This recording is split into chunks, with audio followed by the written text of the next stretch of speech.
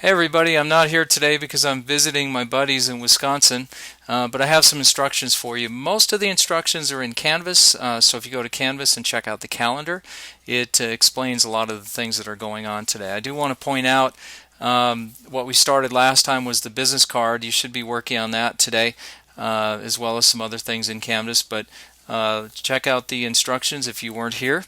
Make sure that you follow those. One of the things we did last time also was to plan it and to sketch it. So if you haven't had these checked off, I'll check these off when I get back. But take care of this first so you have a plan, and then you're going to go into copy preparation right here, which is using InDesign to create your images and to create your 4 versions of the business card. So let me show you how to do that. Alright, so in InDesign, you're going to create a new file. So you go, whoops, stop, okay, got it.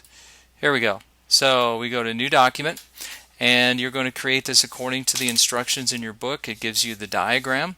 On the top of your instruction page, you're going to have 4 pages. You're going to create a US business card that has either a orientation of vertical or horizontal. Number of columns, that's up to you. The margins need to be 1 pica. So 1p is 1 pica, and it converts it to 0.1667. Now there's something else we're going to do is bleed on this, and we're not seeing that, so you hit more options. And then the bleed, if you look at the instructions, is 1/8 of an inch. And those are all the same. Slug, don't worry about that, but the bleed is all the way around on all 4 sides. So let's check it again. 4 pages. 3.5 by 2 business card size, margins 1 pica, and bleed 1/8 of an inch. So okay. Now here is one business card really zoomed in. So I'm going to zoom back a little bit so you can see this. Now there's one thing that I don't like here. I don't like the facing pages.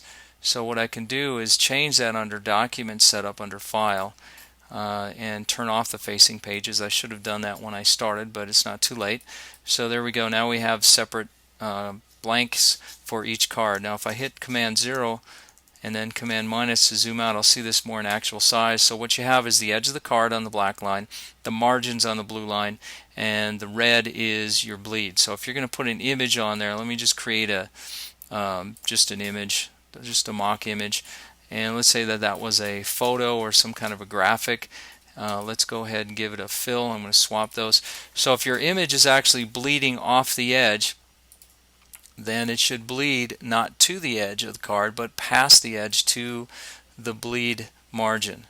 Alright, so that's how you do that. Now one of the more popular ways to do business cards is to have sort of a box in one section and create a negative and positive space. And notice how it doesn't stop at the edge of the card, it goes all the way to the bleed. So when we cut the card, it's going to be cutting this part of the image off that's bleeding around here. So the rest of this is pretty much up to you how your design goes. You have some kind of a plan, but let me just start a couple of things. If I was doing a business card where, let's say, the title of the company was right here, and I wanted this to be a different font, I can choose those fonts, and of course I can also make it larger. Now I can type in what I want. I'm going to go with a 26 and see if that fits. And you know how basically to use InDesign, so I'm not going to go over details. If I knew how to type, this would work a little faster. Also, if I'm putting, say, an address or something down here, notice this icon changes to fitting inside the box. I don't want to do that. I want to type my address information out here and then move it into place. Okay, this needs to be a little bit smaller. I'm going to go ahead and reframe this or resize the frame and bring this in. Of course, I can't see black on black, so let's change the type color right here from black to white and put this in place. Notice how I'm still keeping things within the margins, except for the things that bleed. Okay, so the rest of this I think you can figure out. You know how to place images. You create an image frame and you go to File and Place, and you place an image in. And the rest of it I'll let you figure out on your own, because I think you guys know how to do this. If you haven't used InDesign for a while, ask someone that remembers how to do it. Well, let me go ahead and just show you. Place, and I'll put an image in right there.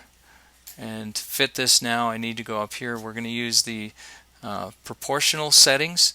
I don't want to use fit content to frame because it makes me look like I got squashed. Some of these other ones, use the proportional, either this one or this one, depending on how you're going to crop it. That way you end up being proportional.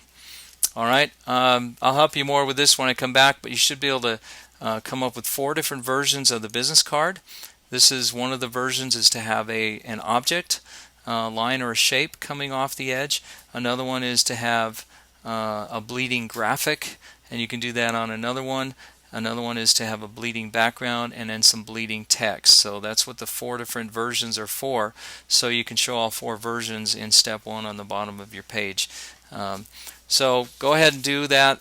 Get it saved. I'll help you with some of the details later. The main thing is, though, that you have your sketches done, and I can check those off and get your layout started. So see you when I get back.